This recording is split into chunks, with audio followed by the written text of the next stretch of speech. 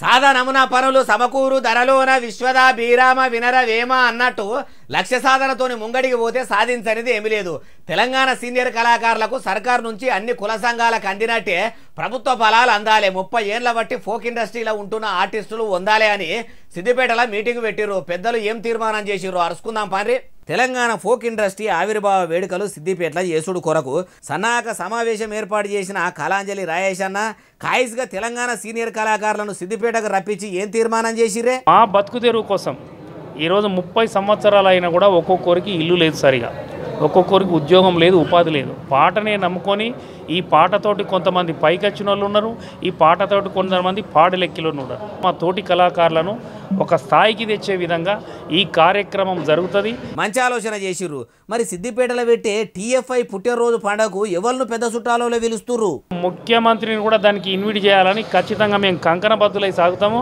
ఆయనను కూడా పిలుచుకొని ముఖ్యమంత్రి సార్నే పిలుస్తున్నారంటే ఇక మీరు అనుకున్నది సాధించినట్టే. పత్తిపాటి రమణాకర్ అన్న మరి సీఎం రేవంత్ సార్ను మంత్రులను పిలిచి వాళ్ళను ఏమడుగుతారే? మా కళాకారుల సంక్షేమాని కోసం ఈ ప్రభుత్వం పెద్దపీట వేయాలని కోరుతున్నాం. దాంట్లోనే ఈ ప్రభుత్వ సంక్షేమ పథకాలు ప్రభుత్వం ఏ విధంగా కార్యక్రమాలు చేస్తుందో అవి కూడా మేము ప్రదర్శిస్తాం. అదేవిధంగా సమాజంలో జరుగుతున్న బాధలు కానీ ఇప్పుడు డ్రగ్స్ ఇట్లాంటి మహిళలపైన అఘాయిత్యాలు జరుగుతున్నాయి, దానిపైన కూడా మా నుంచి కళా ప్రదర్శనలు ఉంటాయి. అయ్యా ముఖ్యమంత్రి యనమల రేవంత్ సారు ఇన్నరు కదా కళాకారుల ముచ్చట.